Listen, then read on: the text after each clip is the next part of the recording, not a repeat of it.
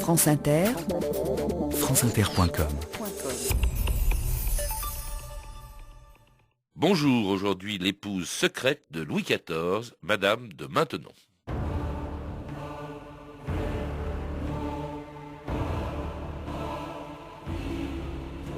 Je ne regrette que vous, et j'espère vous revoir bientôt dans l'éternité. Louis XIV, le jour de sa mort, à Madame de Maintenon.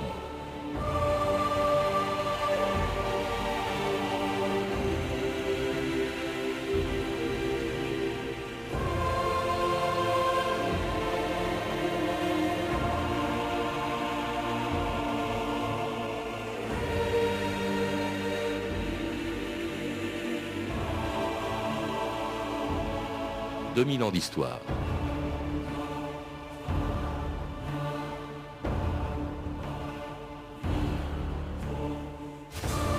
Dans la longue liste des favorites des rois de France, Madame de Maintenon occupe une place à part. Jamais, depuis Agnès Sorel jusqu'à Madame du Barry, on n'a vu un destin aussi singulier. Née en prison, abandonnée par ses parents, mariée à un infirme, l'écrivain Scarron, elle se retrouvait veuve et dans la misère à 24 ans, et personne n'aurait plus jamais entendu parler d'elle si elle n'était pas devenue une des nombreuses maîtresses de Louis XIV. Et contrairement aux autres, elle eut bientôt tant de pouvoir sur lui qu'après la mort de la reine, Louis XIV en fit secrètement sa femme.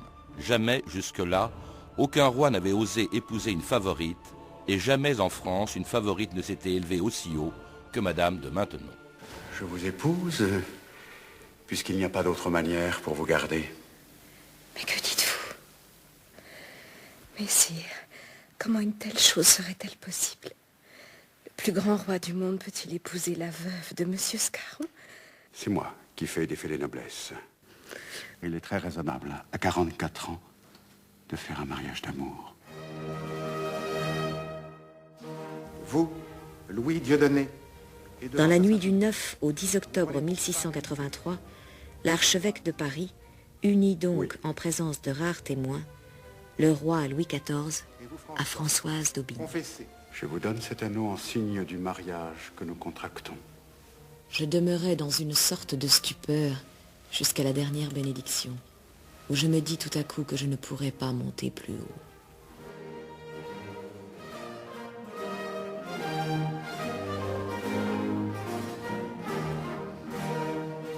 Éric Le Nabour, bonjour. Bonjour. C'était un extrait du très beau film L'Allée du Roi, le mariage secret de Louis XIV avec Madame de Maintenon, dont vous venez d'écrire la biographie chez Pygmalion. L'histoire vraiment d'un destin tout à fait extraordinaire, puisque cette femme, mariée secrètement à Louis XIV, eh bien, elle est née en prison.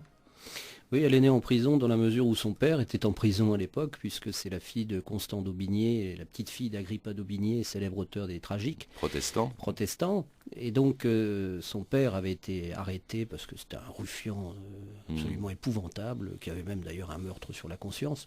Donc comme sa mère venait visiter son mari en prison, eh bien elle a accouché en prison. Et c'est une destinée qui commençait quand même plutôt de façon assez singulière, puisqu'elle s'est terminée à Versailles. Et qui s'est continuée aussi de manière assez tragique, hein, l'enfance de la future Madame de Maintenon, puisqu'elle s'appelle d'abord Françoise d'Aubigné, hein, est assez pathétique. Alors avec son père qui est nommé, après avoir été libéré, qui est nommé gouverneur aux Antilles, elle s'en va avec son père et sa mère, puis son père abandonne les deux femmes à elle-même, elle rentre en France, la mère n'a plus aucun moyen pour faire vivre sa fille, qui est confiée à plusieurs familles d'accueil, dont l'une d'ailleurs, Madame de Neuillan, fait en sorte que justement la petite Françoise d'Aubigné abjure la religion protestante.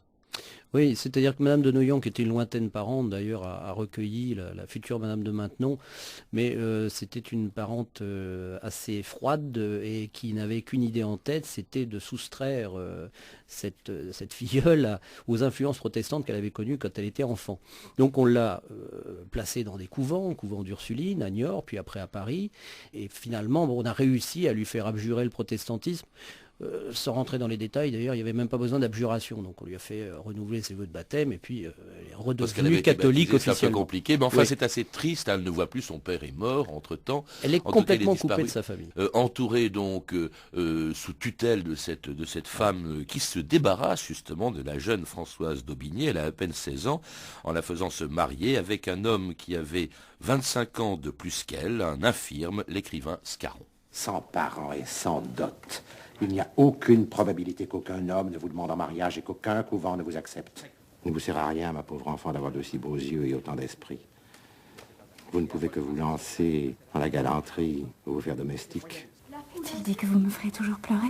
Pour mon repos, je vous fais l'offre de vous doter pour que vous puissiez entrer en religion ou bien de vous épouser moi-même. La cérémonie fut célébrée dans le petit oratoire de l'hôtel de Troyes. Je vous donne cet anneau en signe du mariage que nous contractons. Je sus par la suite que le matin de son mariage, Scarron avait dit « Je ne lui ferai pas de sottises, mais je lui en apprendrai beaucoup. » C'est vrai, hein, la phrase que l'on vient d'entendre, je vous ai vu opiner du chef, Éric Le Nabour. Oui, parce que c'est une phrase amusante. Il faut dire que Scarron avait un humour fou et que c'était un personnage extrêmement intelligent. Mais alors vraiment un remède à l'amour. Hein, alors un remède contre l'amour, bon, il était cul-de-jatte, il vivait dans une petite caisse qui avait été spécialement aménagée pour lui. C'était quelqu'un qui était laid, bourré de tics, enfin bon, je veux dire, il avait tout, surtout pour déplaire à une jeune fille qui à l'époque avait 16 ans. Madame de Neuillan s'en est débarrassée quand elle a vu l'intérêt que Scarron portait à Françoise, et elle-même avait dit d'ailleurs je préfère l'épouser qu'un couvent, parce que de toute façon sa destinée c'était très vite de rentrer dans un couvent et de s'y enterrer. Elle n'avait pas du tout l'intention de mener une vie religieuse, donc entre la peste et le choléra, elle a choisi Scarron. En même temps, ce mariage n'a pas quand même été inutile pour elle, dans la mesure où il lui a mis un petit peu le pied à l'étrier, en lui faisant rencontrer très jeune un petit peu tous les beaux esprits de Paris qui venaient dans son hôtel, parce que Scarron avait une petite cour, il était réputé, il s'était fait une très grande réputation d'ailleurs de pamphlétaire contre Mazarin. Oui, c'est lui, beaucoup de mazarinades, comme on disait. Énormément de mazarinades. Mais alors avec un langage terrible, c'était ordurier, oui, tout à fait. On serait incapable aujourd'hui d'écrire des choses pareilles sans tomber sous le coup de la loi. Toutes les fréquentations que la future Madame de Maintenon a eues par son intermédiaire, en fait, beaucoup lui sont restés fidèles. Et c'est grâce à ces relations qu'elle a pu aussi, après la mort de Scarron, rentrer dans d'autres milieux. 8 ans de mariage quand même, avec un infirme qui en plus avait des exigences sexuelles, hein, c'était un obsédé quasiment, disons-le, et forcément qu'elle était obligée de satisfaire. Alors là, elle découvre une forme d'amour un peu particulier qui n'est pas un amour partagé. Je crois que le début de la vie sexuelle de Françoise d'Aubigné a dû être proprement épouvantable, surtout, je dis, quand on songe que lui, il a 42 ans et elle en a 16. Donc c'était vraiment commencer sa vie, en tout cas de cette façon-là, plus que désagréable, et je pense qu'il en est resté des traces par la suite. C'est-à-dire que je ne suis pas sûr du tout que la vie sexuelle de Madame de Maintenon par la suite ait été très épanouie, dans la mesure où le démarrage avait quand même été très pénible. C'est vraiment en plus une espèce de domestique pour lui. Elle doit s'occuper de lui constamment. Effectivement, il ne peut rien faire, il ne peut pas s'habiller, il ne peut pas se laver. Elle a mené une vie, elle continue de mener une vie vraiment épouvantable. C'est une vie pas seulement d'épouse, c'est une vie de gestionnaire parce qu'elle s'occupe de ses affaires, c'est une vie d'infirmière, de consolatrice, de maîtresse. Enfin, je veux dire, elle joue de multiples rôles à un âge où généralement les jeunes filles pensent au grand amour et envisagent éventuellement de faire un mariage, mais un mariage heureux. Et elle est vraiment à son service jour et nuit. C'est un esclavage, elle a vécu un esclavage épouvantable. Et alors ça va être pas pire, mais enfin presque après, puisqu'il meurt en 1660, elle a 24 ans et elle se retrouve dans la misère. Scarron, au fond, ne lui a laissé que des dettes, Éric Le Nabour. Oui, il lui a laissé que des dettes et elle s'est retrouvée dans une situation où en plus il y avait une belle-mère de Scarron, mais d'un deuxième lit, qui a porté plainte contre elle pour essayer de récupérer une partie de l'héritage. Enfin, elle s'est retrouvée mêlée à tous ces démêlés judiciaires là pendant des années. Et donc, elle s'est retrouvée sans rien, avec effectivement des dettes, et obligée donc de trouver une solution pour subvenir à ses besoins et vivre. Et commence alors pour elle une vie obscure, plutôt obscure, pendant une quinzaine d'années, jusqu'à ce qu'en 1675, elle devienne une des favorites de Louis XIV. J'ai été surpris de vous voir dans le parc à une heure si matinale. Il est vrai que ce n'est pas l'heure habituelle des promenades. Le sourire vous va bien.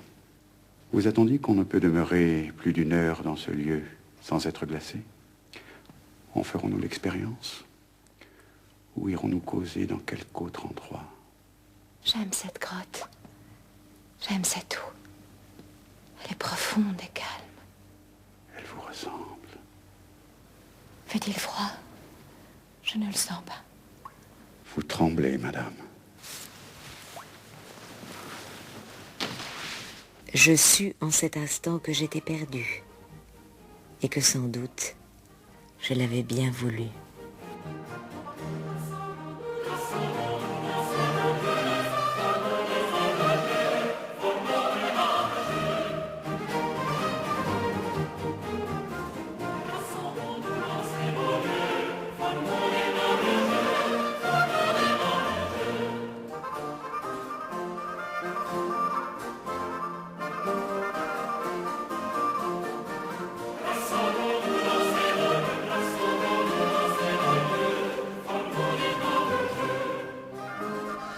Vous entendez le triomphe d'Iris de Jean-Nicolas Clérambault, qui était maître de musique de Madame de Maintenon, un extrait de la marche des bergers et des bergères. Rassemblons-nous dans ces beaux lieux, formons d'aimables jeux. Alors le jeu auquel se livrent Louis XIV et Madame de Maintenon, eh bien il s'est passé en 1675, elle devient sa favorite, mais en fait Louis XIV la connaissait déjà depuis 5 ou 6 ans.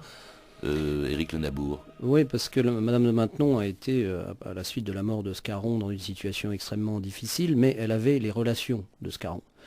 Et ces relations l'ont mis à un moment donné en contact avec la favorite de Louis XIV en titre, qui était Madame de Montespan, et dont il avait eu plusieurs enfants, qui étaient donc des bâtards, et il fallait trouver quelqu'un pour s'occuper de ses enfants. Or, Madame de Montespan avait entendu parler de la veuve Scarron, qui traînait derrière elle une réputation, je dirais pas de sainteté, mais quasiment, et donc elle s'est dit que c'était une femme qui pourrait justement remplir ce rôle de gouvernante, ce à quoi elle s'est attachée, et en s'attachant aux enfants d'ailleurs énormément. Qui sont donc les enfants du roi. Qui sont les enfants du roi, et elle a élevé les enfants du roi avant de devenir la maîtresse du roi. Au fond, Madame de Montespan ne sait pas ce qu'elle fait là, puisque ce sera bientôt sa rivale, Madame de Maintenon. Au fond, elle fait entrer le loup dans la bergerie, si on peut dire que la cour c'était une bergerie.